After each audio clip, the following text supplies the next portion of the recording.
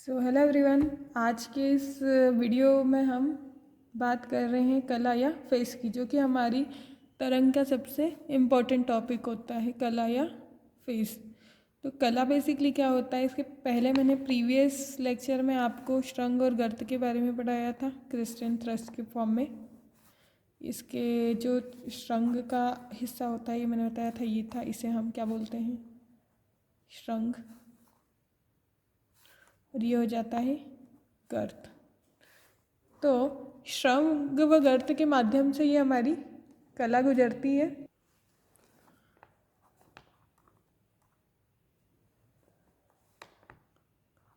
तो ये होता क्या है बेसिकली कला क्या है, आप किसी भी तरंग की जब आप बात करते हो तो मान लिया कोई सी भी तरंग किसी डिस्टर्बेंस के कारण ही जनरेट हो रही है। लाइक हम किसी नदी में पत्थर फेंक रहे हैं और पत्थर के कारण क्या हुआ, वो पानी डिस्टर्ब हुआ, मतलब उसमें विक्षोभ उत्पन्न हुआ। और वह पानी जैसे ही डिस्टर्ब हुआ तो वहाँ पे तो हम बात कर रहे थे, जैसे हम पानी में पत्थर डालते हैं, तो पत्थर पानी में जब आप डाल रहे हो तो वो उसके कारण क्या हो रहा है, एक वेव बन रही है। तो यहाँ पे क्या हुआ, पत्थर आप शांत पानी में डाल रहे हो, मतलब आप उसमें डिस्टर्बेंस या विक्षोभ पैदा कर रहे हो। और उसके कारण जो जितने भी पार्टिकल है वो क्या होंगे, अपनी मीन पोजीशन के आउटसाइड कंपन करने लगेंगे, वाइब्रेट करने लगेंगे, और जिससे कि वो कुछ डिस्टेंस ट्रेवल करेंगे। अब उसके कारण हो गया क्या कि किसी क्षण पर, मतलब हमें यहाँ पे कला का मतलब क्या होता है कि किसी एक पर्टिकुलर टाइम पर हमारे उस पार्टिकल का, उस कण का डायरेक्शन क्या है, उसकी उस समय पर, उस पर्टिकुलर समय पर उस कण की स्थिति क्या है और दिशा क्या है, हमें ये जानना होता है किसमें, फेस के माध्यम से, कि पर्टिकुलर टाइम पर हमारे उस पार्टिकल की दिशा क्या रही होगी और उसकी पोजीशन क्या रही होगी। तो इसे ही हम बोलते हैं कला या फेस। तो कला का मेन कारण हम लिख सकते हैं कि किसी क्षण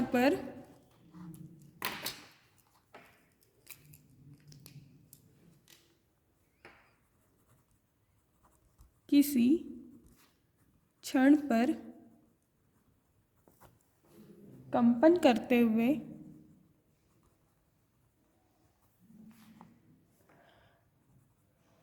कण की कला क्या होती है, कण की कला उस पर्टिकुलर टाइम पर, उस पर्टिकुलर क्षण पर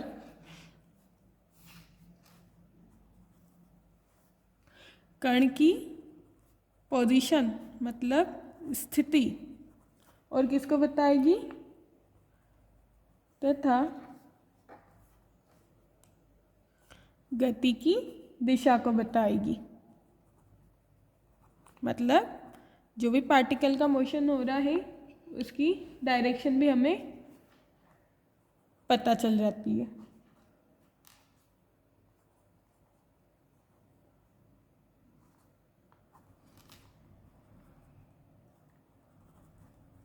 तो इस प्रकार क्या हो गया, तरंग का विक्षोभ होगा, तरंग में डिस्टर्बेंस पैदा होगा,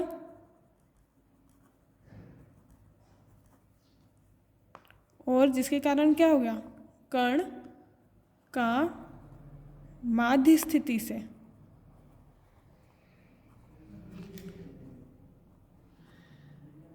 विस्थापन होगा। तो हमने लिखा है तरंग का जो विक्षोभ है कण का माध्य स्थिति से विस्थापन बताता है। अब आप किसी तरंग को जनरेट कर रहे हो, वहाँ पे आप डिस्टर्बेंस डाल रहे हो, लाइक आप पत्थर को पानी में फेंक रहे हो, उससे जो पानी हो रहा है वो तरंग का निर्माण कर रहा है, वेव को बना रहा है। तो वहाँ पे बेसिकली उन पार्टिकल्स का क्या हो रहा है, डिस्प्लेसमेंट हो रहा है, वो जो है मोशन में आ रही है।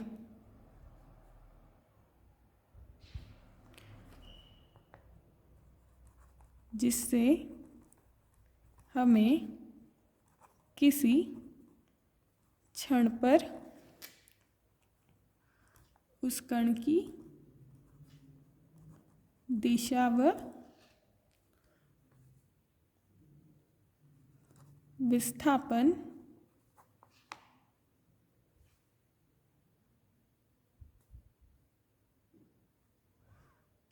आयाम का पता चलता है।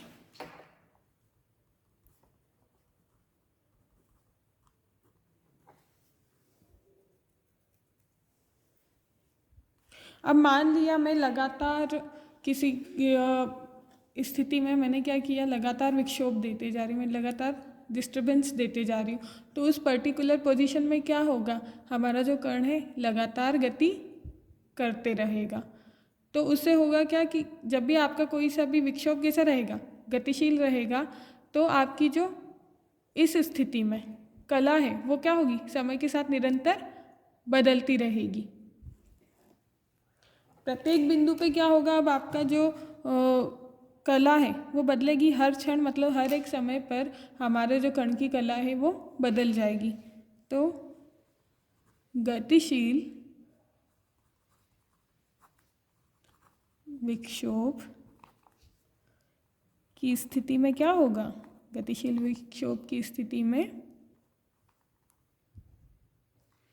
समय के साथ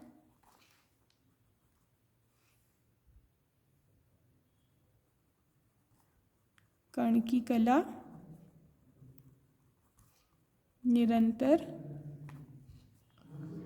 बदलेगी।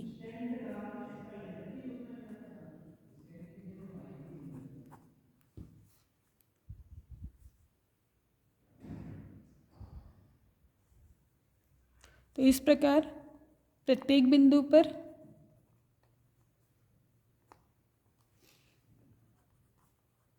कण की कला असमान होती है।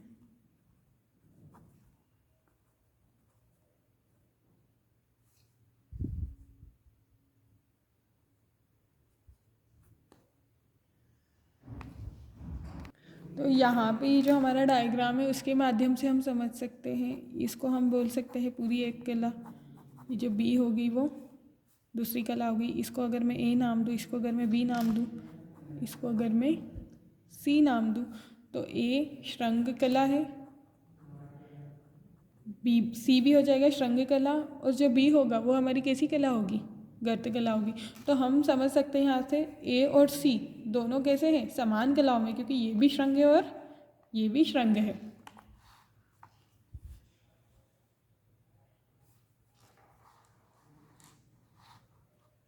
और बी क्या है, एक गर्त कला है।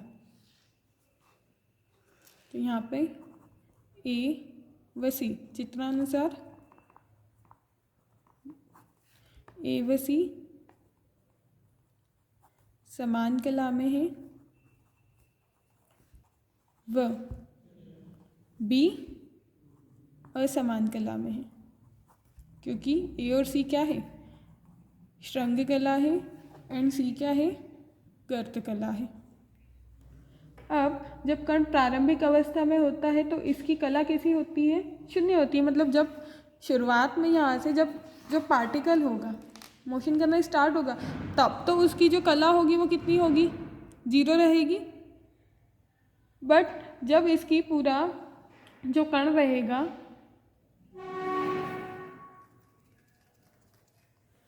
वो अगर एक पूरा चक्कर कंप्लीट कर लेगा, जैसे हम बोल रहे हैं यहाँ पे ए 0 से आया ए पे, ए की पूरी स्थिति कंप्लीट करी, फिर बी पे पहुँचा, तो यहाँ पे उसका एक पूरा काल कंप्लीट हो रहा है, तो हम बोल रहे हैं कि उसके 2 पाई दोलन काल कंप्लीट हो गए। मतलब उसका एक चक्र जो है हम मान सकते हैं 2 पाई के बराबर होता है।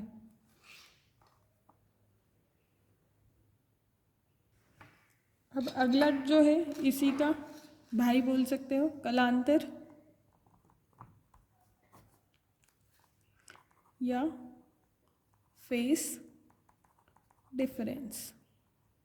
आई डोंट थिंक कि इसमें आपको कुछ प्रॉब्लम आनी चाहिए, क्योंकि जैसा कि हमें नाम से ही दिख रहा है कलांतर, फेस डिफरेंस कैसे हम लगा सकते हैं इसको। जैसे मान लिया आप किसी माध्यम में 2 तरंगे हैं और एक साथ वो गति कर रही है, ठीक है, एक मीडियम लिया हमने, उसमें 2 तरंगों का 2 वेव्स जो है डिस्प्लेस हो रही है। मान लिया एक तरंग हुई, उसको हमने नाम दे दिया y1, ये हो गई y1। अब नेक्स्ट जो थी उसको हम नाम दे रहे हैं y2।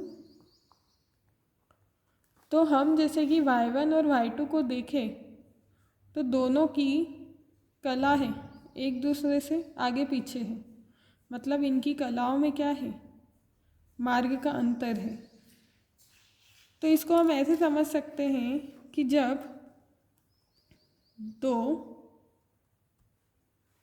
तरंग जब दो तरंग एक दूसरे के सापेक्ष गति करती है,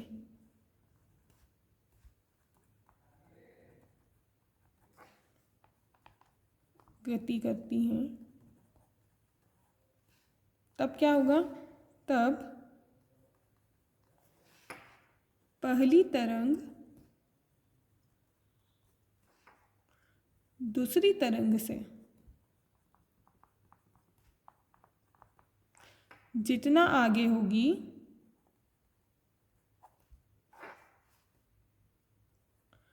और जितना आगे क्या, कोण, मतलब कितने रेडियन कोई सी भी वेव है वो एक दूसरे से आगे है, तो कोण के संपर्क में हमारी यहाँ पर बात हो रही है। पहली तरंग दूसरी तरंग से जितना कोण आगे होगी,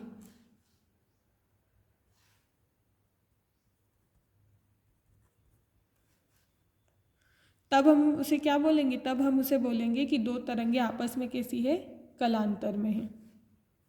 तब उस स्थिति में दो तरंगे आपस में, तब दो तरंगे आपस में क्या है, कलांतर में है।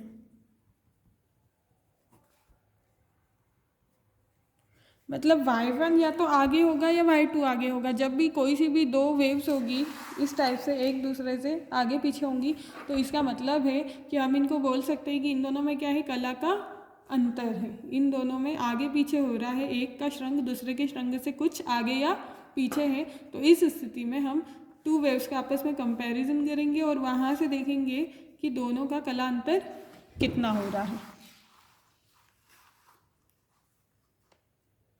अब मान ला किसी टाइम t में हमारी जो तरंग है वो पूरा एक ऑसिलेशन को कंप्लीट कर देगी, एक दोलन को कंप्लीट कर लेगी, है ना। एक टाइम t अवधि ले ली हमने, टाइम t लिया, उसमें तरंग क्या करेगी, तरंग एक दोलन को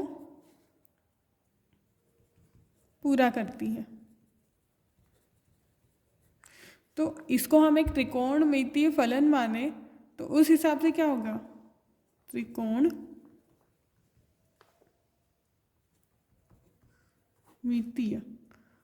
फलन में एक चक्र पूरा करने में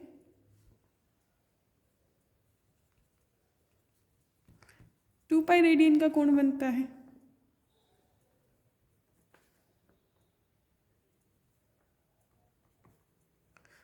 तो इस प्रकार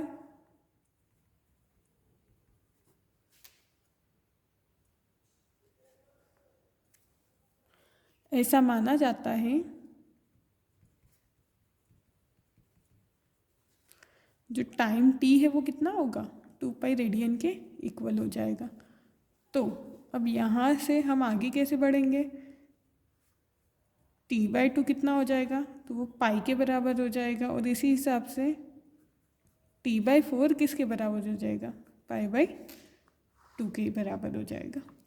तो यहाँ पे अगर हम एक तरंग की अवधि को अगर हम बताएं तो ये कुछ ऐसी बनेगी।